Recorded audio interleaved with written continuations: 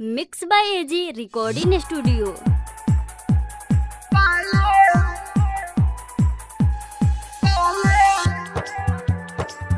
आप सुन रहे हैं एजी एंटरटेनमेंट की धमाकेदार प्रस्तुति।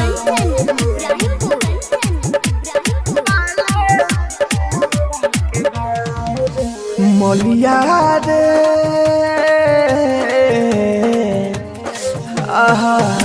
मलिया रे काले चल जाई पिया के गाँव रे।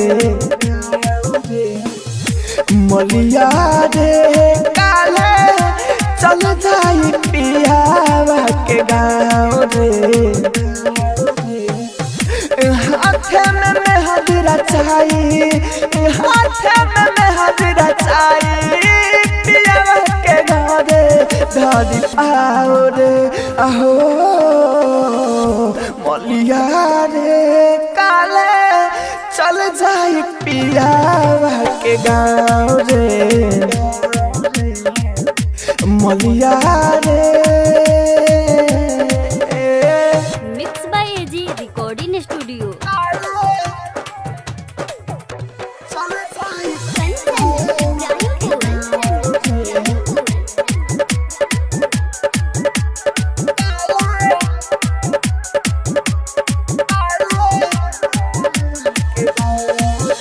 छोड़ के अकेला जाई करी का बोल रे भाई। हम न जननी की ऐसे करी बेवफाई। छोड़ के हमारा के जाई करी का बोल रे भाई। हम न जननी की ऐसे करी बेवफाई। तना अकेले जियाबे, तना अकेले जियाबे मिली न दिला के छाँव रे। हो मलिया रे काले चल जाई पिया के गाँव रे। मलिया रे काले चल जाई पिया के गाँव रे। आप सुन रहे हैं एजी एंटरटेनमेंट की धमाकेदार प्रस्तुति।